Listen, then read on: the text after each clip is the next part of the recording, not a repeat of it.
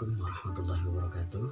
Bismillah, alhamdulillah, wassalatu wassalamu ala rasulillah Muhammad ibn Abdillah wa ala alihi wa sahbihi wa mawala ba'du. Sahabat terkasih, apa kabar? Semoga Allah subhanahu wa ta'ala selalu memberikan kesehatan jasmani dan rohani kepada kita semua, dilimpahkan rezekinya dan selalu dimudahkan untuk berbuat kebaikan. Sahabat terkasih, terima kasih untuk yang sudah subscribe, dan jangan lupa untuk yang belum subscribe, nyalakan subscribe dan nyalakan tanda loncengnya agar untuk selalu update mengenai konten-konten saya yang terbaru ya. Ketemu lagi dengan saya Zulian. Ya, sahabat terkasih,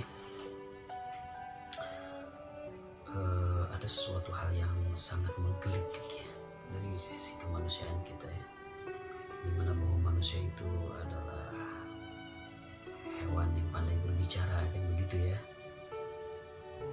atau zon politikon, yaitu makhluk yang sering berkumpul untuk berbaur.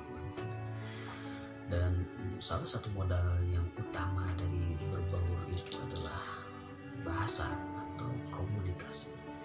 Dan komunikasi itu bisa melalui perilaku segala macam, tapi hal yang paling dominan adalah bahasa ini sendiri, secara verbal atau bahasa melalui lisan gitu kan. Rasulullah SAW pernah mengingatkan melalui hadisnya bahwa salamatul insan fi hifdzil lisan, selamatnya manusia dari menjaga lisannya. Oke, baik, kita kupas mengenai ini ya. Sahabat terkasih, bahasa merupakan kunci utama untuk berkomunikasi, untuk mengutarakan perasaan atau menyampaikan maksud dan tujuan kita kepada orang lain, agar orang yang kita ajak berbicara atau orang yang kita ajak untuk berkomunikasi paham dengan apa yang kita sampaikan, paham dengan apa yang kita maksudkan. Guru berkomunikasi dengan siswa di dunia pendidikan pada saat pembelajaran atau KBM berlangsung melalui lisan ya, melalui lisan. Jaksa penuntut umum sedang mendakwa seseorang, sedang diadili di hadapan para saksi segala macam, itu dengan lisan juga, dengan bahasa ya. Insya Allah begitu pentingnya ini lisannya. Maka betul sekali apa yang diisyaratkan oleh Rasulullah SAW bahwa kita harus pandai dalam menjaga lisan, karena saking penting dan utamanya dari lisan itu sendiri ya, sahabat terkasih. Ada saat-saat dimana lisan itu lose control atau lepas kendali, sehingga bisa saja itu melukai hati seseorang atau malah membuat mudarat seseorang ya. Bukankah betapa banyak orang yang tiba-tiba masuk penjara gara-gara laporan seseorang?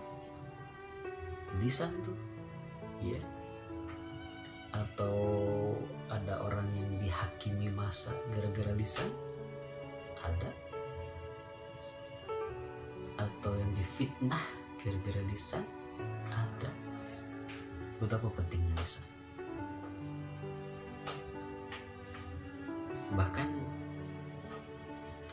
salah satu dari ciri orang-orang munafik adalah orang yang berdusta dengan lisannya atau berbohong. Menjadi cirinya.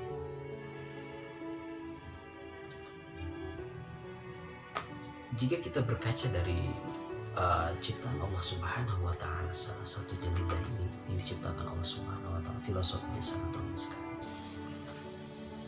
Jika kita lihat, perhatikan struktur lidah.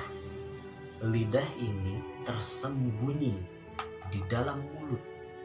Di atas ada rongga, di bawah ada rongga. Lalu di depannya ada gigi. Di luar gigi ada bibir. Betapa berlapisnya. Betapa berlapisnya perlindungan untuk lidah ini. Ya, itu filosofisnya. Karena saking berbahayanya dari lidah ini, saking berbahayanya Allah Subhanahu wa Ta'ala menyembunyikan lidah di sebalik rongga. Ada rongga, udah rongga di depannya ada gigi, di luar gigi masih ada mulut juga yang menutup rapatnya. Saking berbahayanya lisan. Seseorang martabatnya bisa jatuh bahkan terhina di mata manusia karena lisan. Tetapi seseorang bisa menjadi seseorang yang mulia, dibanggakan, dihormati karena lisan juga. Ya Allah, ya Rabb. Betapa berbahayanya lisan, tetapi di satu sisi lisan juga bisa menyelamatkan kita di akhirat nanti di hadapan Allah Subhanahu wa taala dalam peradilan akhirat nanti. Peradilan yang sangat adil, seadil-adil, itu peradilan Allah Subhanahu wa taala. Saking sering berbohongnya ini lidah, tidak bisa dipercaya di peradilan nanti. Mulut ini pasti dikunci oleh Allah Subhanahu wa taala, tidak akan bisa berbicara ini. Si lidah tidak akan memberikan kesaksiannya karena selalu palsu, selalu berbohong lidah ini. Maka yang akan berbicara adalah perlakuan kita, perbuatan kita, anggota badan kita yang akan berbicara. Ya Allah, semoga Allah melindungi dari aib kita, ya Allah, mengampuni segala dosa-dosa kita. Sahabatku terkasih, ternyata orang yang adil itu memang orang yang pandai untuk menempatkan sesuatu sesuai pada tempatnya. Wad'u sayyin fi mahali. Tidak pantas berceloteh, berseloroh yang tidak ada manfaatnya di dalam sebuah kajian. Akan tetapi juga kurang pas juga sesuatu yang sangat membutuhkan keseriusan diucapkan di tengah majelis yang sedang beramah tamah dalam keluarga, misalnya bertemu saat Idul Fitri atau sebagainya macam. Oleh karena itu kita dituntut untuk pandai-pandai menempatkan sesuatu sesuai pada tempat. Wad'u sayyin fi mahali. Likulli maqam maqal wa likulli maqal maqam. Setiap tempat ada ucapannya, setiap ucapan ada tempatnya. Ini dia nih patut kita perhatikan ya sahabat terkasih. Memang terkadang kita lose control atau ya namanya manusia pasti khilaf ya. Tetapi sebisa mungkin sebagai pribadi muslim yang beriman beriman kepada Allah Subhanahu wa taala, beriman kepada hari akhir, sudah sepantasnya kita agar lebih berkonsentrasi untuk menjaga salah satu indera kita yang satu ini, yaitu lidah. Karena selain sebagai untuk berbahasa secara verbal, berkomunikasi secara verbal, lidah ini juga sebagai pengecat. Kalau tentang rasa, lidah gak pernah bohong kan, salah satu iklan seperti itu ya. Ada sebuah ungkapan mengatakan di dalam kehidupan kita secara bermasyarakat bahwa jika kita menitipkan pesan kepada seseorang, jangan harap berkurang, pasti nambah. Dan begitu ya. Kita nitip ucapan, titip perkataan kepada orang lain gitu ya. Jangan harap kurang, nambah iya. Tetapi jika kita menitipkan uang, jangan harap nambah, kurang iya. Itulah fitrahnya manusia. Memang itu ujian kita sebagai manusia ya, sebagai hambanya Allah Subhanahu wa taala. Ujian mengenai kadar keimanan kita kepada Allah Subhanahu wa taala. Apakah kita akan memaksimalkan lisan ini untuk kebaikan, untuk meraih ridhonya Allah Subhanahu wa taala, atau justru akan meraih mudarat dan dosa serta murkanya Allah Subhanahu wa taala. Na'udzubillah min dzalik ya sahabat terkasih. Jadi lisan ini perlu di-manage. Yang pertama sesuai tempat, kaidahnya kan begitu ya, kaidah-kaidah lisan itu sesuai tempat. Pertama dan paling utama mungkin itu ya, harus sesuai tempatnya. Yang kedua, kepada siapa kita berbicara kita harus pandai memilah dan memilih antara orang tua, teman sebaya, dan yang di bawah kita. Bahkan Ki Hajar Dewantara telah memberikan nasihatnya kan. Ki Hajar Dewantara itu 3 nasihatnya itu. Selain berbicara ya, berkomunikasi biasa sebagai ramah tamah sebagainya, juga bisa diperbuat untuk kebaikan, itu untuk penyemangat ya, untuk memberi nasihat dan juga mendorong ya, memberikan petua seperti itu. Masya Allah. Begitu sahabat terkasih, pentingnya menjaga lisan. Woi, jaga lisannya gitu kan ya, jaga lisannya, jangan asbun ya. Kalau istilah dulu itu asal bunyi, ya Allah ya Rabb. Terkadang kita harus kontrol, tapi ya, mulai dari sekarang ya, seperti yang salah satu pendakwah sampaikan ya, Insya Allah dari sudut umat mengatakan, jika kita mau berubah, mulai dari sekarang, jangan berpikir nanti, mumpung masih muda, masih banyak waktu, kesempatan, tenaganya masih powerful, pemikiran masih fresh ya, masih energik, masih kesana kesini, matanya juga masih menyorot, nyala tajam gitu ya. Saat ini pergunakan kesempatan sebaik-baiknya untuk berubah menjadi lebih baik. Mulai dari sekarang, mulai dari diri sendiri. Paling enak emang nunjuk-nunjuk orang, paling enak banget nunjukin orang kalau punya kesalahan, nunjukin orang gara-gara lu nih, gara-gara lu gue kayak begini, gara-gara lu nih keadaannya kayak begini. Enak banget pokoknya ya nyalahin orang. Tetapi kita sebagai muslim sadar betul bahwa segala sesuatu itu berawal dari diri sendiri. Maka jika kita ingin berubah, maka yang paling bagus adalah dari diri sendiri. Mulai dari diri sendiri kita nih jadiin pionir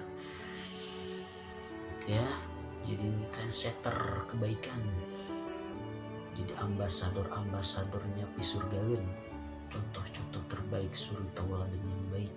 Bukan Rasulullah Shallallahu Alaihi Wasallam menjadi figur suri tauladan yang paling baik, begitu kan? Innama bu'istu liutamima makarimal akhlaq, itu kan suri tauladan yang baik lagi. Tanggung jawab muslim tuh, karena Rasulnya aja dikirim oleh Allah Subhanahu wa Ta'ala, tidak lain dan tidak bukan untuk menyempurnakan akhlak. Jadi yang pertama mulai dari sekarang, yang kedua mulai dari diri sendiri, lalu yang ketiga biar nggak kaget nih tiba-tiba orang ngeliat kita jadi berubah gitu ya, so alim gitu ya. Biar nggak kaget, mulai dari hal yang kecil saja, mulai dari hal yang kecil. Masya Allah, Al-Fakir juga lagi masih belajar, kita sama-sama belajar ya. Semoga Allah memberkahi langkah-langkah kita untuk menjadi lebih baik lagi ke depannya. Yuk kita bareng-bareng mulai dari hal yang terkecil, kita mulai perbaiki diri kita ya. Masya Allah.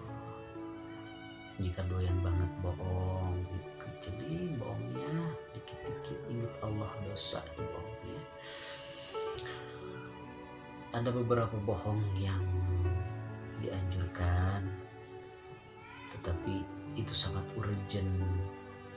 Di antaranya adalah berbohong untuk menyelamatkan nyawa seseorang, baru itu dibolehkan ya. Misalkan si Anu lagi dicari sama begal atau lagi dicari sama umurnya, mana si Anu, sama preman dicari, mana si Anu, sambil bawa golok senjata aja. Nah, kita patut menyelamatkan nyawa orang tersebut. Tapi ya kalau yang lagi dicari polisi jangan diumpetin juga, itu penjahat ya. Masya Allah. Oke sahabat terkasih, yuk kita bareng-bareng untuk kita mulai berubah ya. Setiap hari adalah waktu dimana kita meningkatkan kualitas pribadi kita untuk menjadi lebih baik lagi, menjadi figur-figur muslim yang terbaik. Kita harus buktikan kepada dunia bahwa kita adalah umat-umat yang terbaik. Masya Allah. Kharijat linnas. Ya Allah. Yuk. Jadi kajian saat ini yang kita kupas hari adalah tentang lisan. Betapa berbahayanya lisan. Jadi kenapa Allah strukturnya begitu rapat, tertutup, tersembunyi ini lisan begitu bahaya. Sebisa mungkin kita kontrol sehingga yang keluar adalah kebaikan-kebaikan begitu. Karena corong teko mengeluarkan apa yang ada di dalamnya. Kagak mungkin yang keluar dari corong teko itu air putih jika di dalamnya teh. Corong teko akan mengeluarkan kopi jika di dalamnya ada kopi. Yang dikeluarkan teh karena di dalamnya ada teh. Begitulah corong teko. Maka lisan kita ini mencerminkan apa yang ada di dalam dan hati dan pikiran kita, ya Allah. Semoga Allah kita menjadikan pribadi-pribadi yang semakin hari semakin baik, semakin hari semakin berkah, semakin hari semakin bermanfaat untuk diri sendiri, lingkungan, keluarga, bangsa dan negara. Amin ya Allah ya Rabbal Alamin. Billahi fisabilil haq wal afu minkum. Assalamualaikum warahmatullahi wabarakatuh.